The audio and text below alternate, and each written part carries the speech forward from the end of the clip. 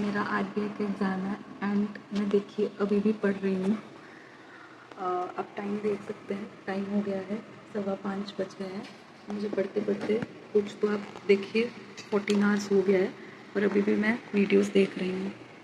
I am trying कि जितना मैं कवर कर पाऊँ, जितनी रिवीजन कर पाऊँ कर लूँ, बिकॉज वैसे तो आई नो कि मतलब मैंने तैयारी की है तो चांसेस हैं निकलने के, बट स्टिल एक वो डर रहता है ना कि कुछ भी ना छूट जाए, कुछ भी छूट ना जाए। इसलिए लाइक आप पढ़ रहे हो और मैं रात को सोई भी नहीं हूँ।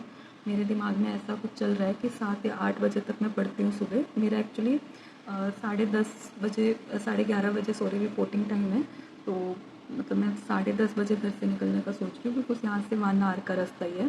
तो दिमाग में चल रहा है कि 8 साढ़े 8 तक पढ़ लेती हूँ और 2 घंटा सो के देन कुछ स्ट्रॉन्ग सी कॉफ़ी पी के निकल जाऊँगी। बिकॉज मतलब मेरे को जो वीडियो दिख रही है मेरे दिमाग में चल रहा है कि एक बार जितना ले पाओ, क्योंकि लास्ट टाइम रिवीजन और लास्ट टाइम भी जो भी आप सुन के जाते हो आपके दिमाग में रह जाता है। और मेरे साथ पहले भी सेबी का एग्ज़ाम मेरा प्री क्लियर हुआ था, तो उसमें भी यही हुआ था। लाइक मैं मतलब लास्ट टाइम भी वीडियोस देख रही थी, जो दिमाग में आ रहा है मतलब रिवीजन कर रही हूँ, और प्लस जो भी यूट्यूब पे सामने वीडियोस आ रही सभी को लेके, तो आई वो सीन। तो उसी में से आप मानोगे नहीं गाइस, मेरे 4 से 5 क्वेश्चन डायरेक्ट फंस गए थे। और नबार्ड के लिए मेरे पास बहुत कम टाइम था, तो नबार्ड का मेरा उतना अच्छा तैयारी नहीं हुआ था, बट उसमें भी यही हुआ था मेरे साथ कि लाइक एग्ज़ाम जाने से पहले मैं मतलब सुबह उठ रही थी जल्दी 5 बजे, तो 5 से लाइक 9 या 10 ओ क्लॉक तक मैंने पढ़ाई की थी। तो 2 से 3 वीडियोस देखी थी, तो वही 2-3 वीडियोस से मेरे आप मान के चलिए कुछ तो करीब 4 से 5 क्वेश्चन फंस गए थे। तो यही मेरा आरबीआई को लेके चल रहा है कि जितना टाइम मैं अभी भी एंड मोमेंट भी इसको दे पाऊँ, क्योंकि एंड मोमेंट में भी आपको नहीं पता कि आप वही 1 घंटे में भी कुछ ऐसा इंपॉर्टेंट पढ़ दो जिससे 1 या 2 क्वेश्चन भी फंस जाए, तो आपके 1 या 2 क्वेश्चन भी यहाँ पे डिसाइडिंग फैक्टर बन जाते हैं। तो गाइस यही सोच के बस आई एम स्टडिंग कि ठीक है, जो भी आ रहे सामने वीडियोस, जो पुराना पढ़ा है उनको रिवाइज कर रही हूँ कि वो एटलीस्ट गलत ना हो। और जो रीजनिंग और क्वांट्स है उसका ये है कि मेरी रीजनिंग थोड़ी स्ट्रॉन्ग है। मैं एबल होती हूँ कि रीजनिंग के क्वेश्चन कर लूँ, और उसमें तो ये है ना कि इसमें कट ऑफ चाहिए, तो मेरा एक स्ट्रेटेजी माइंड में ऑलरेडी प्रिपेयर्ड है कि पजल्स थोड़े ज़्यादा टाइम लेते हैं, तो I will not be solving puzzles at the first go. उनको बाद में अगर टाइम बचेगा तो सॉल्व करूँगी। जो सिंगल सिंगल क्वेश्चन होते हैं, जैसे कि अल्फ़ाबेट्स पे आ गए कि इनकी कोडिंग डिकोडिंग करो अल्फ़ाबेट्स की, और प्लस वो होता है कि इनइक्वालिटी वाले आ गए, साइंस को कंपैरिजन। तो ऐसे जो भी सिंगल सिंगल क्वेश्चन है, वेन डायग्राम्स वाले क्वेश्चन हो गए, सिल्गोलिज्म्स हो गए, तो मेरा पहले यही स्ट्रेटेजी है दिमाग में कि उनको सॉल्व करना है।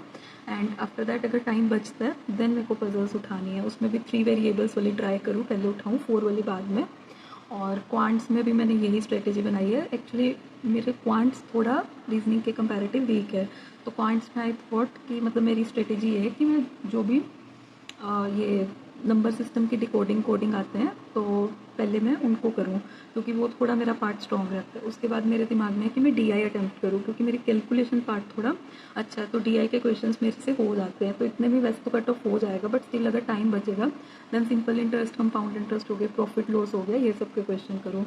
और इंग्लिश में मेरा ये है कि थोड़ा जिसका मीनिंग बताना होता है हमारे को, वो पार्ट थोड़ा वीक है। अदरवाइज इंग्लिश मेरे को डुएबल लगती है, तो इंग्लिश का तो मेरा लाइक टारगेट है कि 25 तक करने हैं मेरे को क्वेश्चन।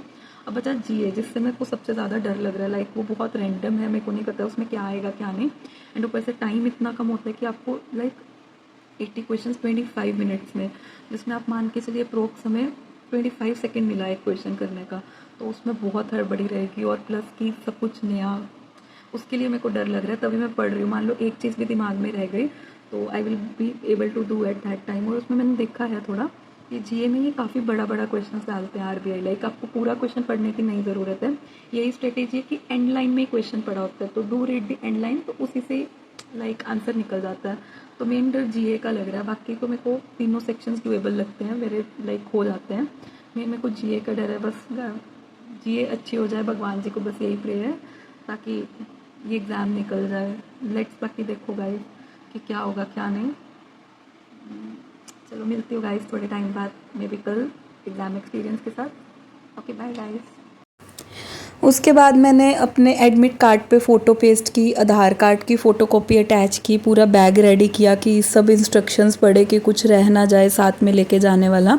और फिर यहाँ पे मुझे कुछ तो पढ़ते पढ़ते लाइक 15 घंटे हो गए थे और 6:30 बज गया था सुबह के, तो मेरे को नींद आनी स्टार्ट हुई। तो फिर मैं सो गई और 10 बजे उठते ही मैं रेडी हुई और फिर पूजा की, ब्रेकफास्ट किया। ब्रेकफास्ट में मैंने बहुत स्ट्रॉन्ग कॉफ़ी बनाई थी ताकि मुझे एग्ज़ाम में नींद ना आए, चाहे उसके बाद मैं जितना मर्जी सोऊं, बस एग्ज़ाम में नींद ना आए, एग्ज़ाम अच्छा चला जाए। और कल गणेश चतुर्थी थी, इसलिए आज भी पूरा माहौल वैसा ही हो रखा था मार्केट में, और मंदिर मुझे सुबह बंद मिला, बट स्टिल मैंने सोचा फिर क्या हुआ, भगवान तो दिल में बसते हैं, तो प्रे तो मैंने कर ही ली, दिल से प्रे करो, ठीक है।